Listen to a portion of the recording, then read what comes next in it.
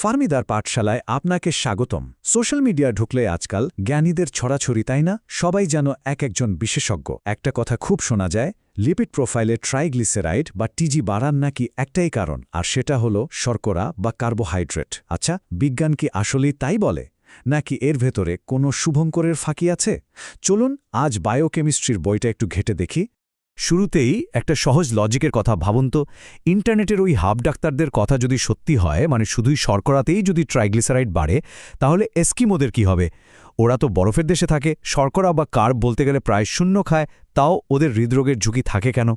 কিংবা যারা প্রচুর পরিমাণে গরুর মাংস খান, ভাত রুটি একদম ছেড়ে দিয়েছেন, তাদের লিপিড প্যানেলের টিজি এত বেশি থাকে কেন? এই প্রশ্নগুলোর উত্তর খুঁজলেই কিন্তু থলের বিড়াল বেরিয়ে আসবে। চলুন ট্রাইগ্লিসারাইডের ওই অর্ধেক সত্যের গল্পটা দিয়ে শুরু করা যাক। দেখুন, সমালোচকদের কথা পুরোপুরি ফেলনা নয়। কার্বোহাইড্রেট আসলেই ট্রাইগ্লিসারাইড বাড়ায়।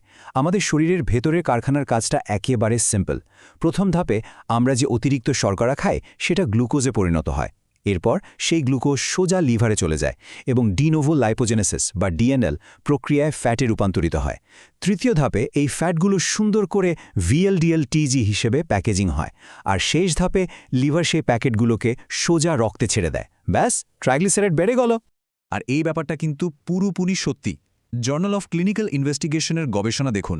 পার্কাস এবং তার টিমের গবেষণায় স্পষ্ট বলা আছে, হাই কার্ব ডায়েটে ফ্যাট তৈরির এই ডিএনএল প্রক্রিয়া 5 গুণ পর্যন্ত বেড়ে যেতে পারে। আবার স্ট্যানহপের গবেষণায় দেখা গেছে ফ্রুক্টোজ মাত্র 10 সপ্তাহের মধ্যেই টিজি মারাত্মক লেভেলে বাড়িয়ে দেয়। তো ইন্টারনেট বিশেষজ্ঞদের এইটুকু সঠিক জ্ঞানের জন্য একটা হাততালি দেওয়াই যায়।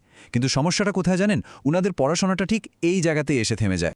এবার চলুন দেখি গল্পের দ্বিতীয় অংশ, রেড মিটের সেই 3 ধাক্কা। অর্ধেক বই পড়লে যা হয় আর কি। অনেকেই বলতে ভুলে যান যে রেড মিট মোটেও কোনো ধোয়া তুলসী পাতা নয়। প্রথম ধাক্কাটা আসে স্যাচুরেটেড ফ্যাটি অ্যাসিড থেকে। গরুর মাংসে প্রচুর পরিমাণে পালমেটিক এবং স্টিয়ারিক অ্যাসিড থাকে। এই ফ্যাটগুলো করে কি, সরাসরি লিভারে গিয়ে SREBP1C নামের একটা সুইচ অন করে দেয়। আর এই সুইচ অন হওয়া মানেই হলো লিভার পাগলের মতো VLDL তৈরি করতে শুরু করে, আর রক্ত ট্রাইগ্লিসারাইডের বন্যায় রীতিমতো ভেসে যায়। ব্যাপারটা যে শুধু উৎপাদন বাড়িয়েই থেমে থাকে তা কিন্তু নয়। আমেরিকান জার্নাল অফ ক্লিনিক্যাল নিউট্রিশনে প্রকাশিত 60টি ট্রায়ালের মেটা অ্যানালিসিস বলছে, স্যাচুরেটেড ফ্যাট আমাদের শরীরের ড্রেনেজ সিস্টেমকেও জ্যাম করে দেয়।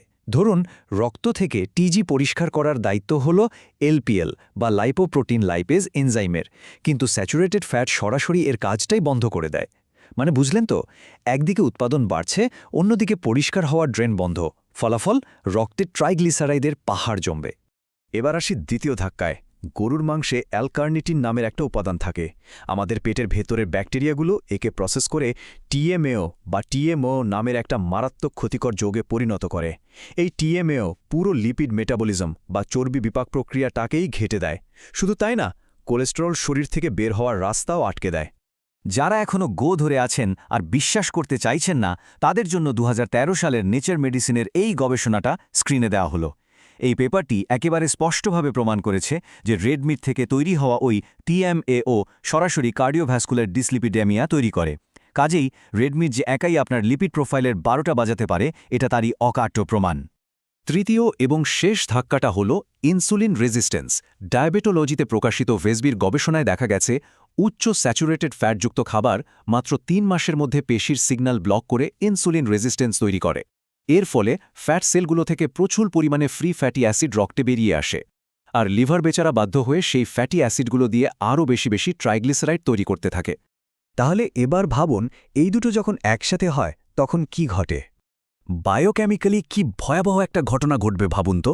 যদি কেউ একসাথে গপগপ করে ভাত আর গরুর মাংস খায়, স্ক্রিনের বাম দিকে খেয়াল করুন, হাই কার্ব বা ভাত লিভারের ফ্যাক্টরিতে ট্রাইগ্লিসারাইডের উৎপাদন কয়েক গুণ বাড়িয়ে দিচ্ছে, আর ডান দিকে গরুর মাংসের স্যাচুরেটেড ফ্যাট সেই ট্রাইগ্লিসারাইড পরিষ্কার করা ড্রেন বা LPL সিস্টেমকে পুরোপুরি ব্লক করে দিচ্ছে। অর্থাৎ একদিকে হু হু করে পানি ঢুকছে, আর অন্যদিকে বেরোনো রাস্তা একদম সিলগালা করা। এই ধ্বংসাত্মক কম্বিনেশনের ফলাফল কিন্তু সাধারণ যোগ অঙ্কের মতো 1+1=2 হয় না। গিন্সবার্গের গবেষণা প্রমাণ করেছে এই কম্বিনেশনটা হলো সিনার্জিস্টিক। সোজা বাংলায়, ভাত আর গরুর মাংস একসাথে খেলে ট্রাইগ্লিসারাইড এতই বিস্ফোরক মাত্রায় বেড়ে যায় যে বায়োকেমিস্ট্রির ভাষায় তখন 1+1=4 হয়ে যায়। একেই মেডিকেলের ভাষায় বলে এক্সপ্লোসিভ হাইপার ট্রাইগ্লিসারাইডেমিয়া।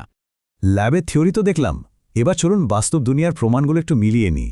হার্ভার্ডের বিখ্যাত নার্সেস স্টাডিতে দেখা গেছে যারা রিফাইন্ড কার্বের সাথে রেডমিট খান তাদের কার্ডিওভ্যাস্কুলার ঝুঁকি 34% বেশি। আমেরিকার বিশাল ন্যাশনাল হেলথ সার্ভে বা এনহ্যান্স ডেটাও ঠিক একই কথা বলছে। আর ইরানের একটা কন্ট্রোলড ট্রায়াল তো প্রমাণই করে দিয়েছে যে শর্করা একদম কমিয়ে ফেলার পরও শুধু রেডমিট ডায়েটে রাখলে টিজি লেভেল গড়ে 18 থেকে 23 পয়েন্ট পর্যন্ত হু হু করে বেড়ে যায়। একজন বাস্তব রোগীর কথা চিন্তা করুন না। ধরুন তার টিজি রিপোর্ট এসেছে 400। ইন্টারনেট বিশেষজ্ঞদের কথা শুনে তিনি যদি শুধু ভাত খাওয়া কমান তবে বাম দিকের মতো টিজি সামান্য কমবে ঠিকই, কিন্তু কখনোই স্বাভাবিক হবে না। কারণ ওই যে গরুর মাংস চালু থাকায় ড্রেনেজ সিস্টেম ব্লক হয়েই আছে। পুরোপুরি সুস্থ হতে হলে ভাত এবং গরুর মাংস দুটোই কমাতে হবে, ঠিক ডান দিকের চিত্রটার মতো, যাতে পুরো সিস্টেমটা রিকভার করার সুযোগ পায়।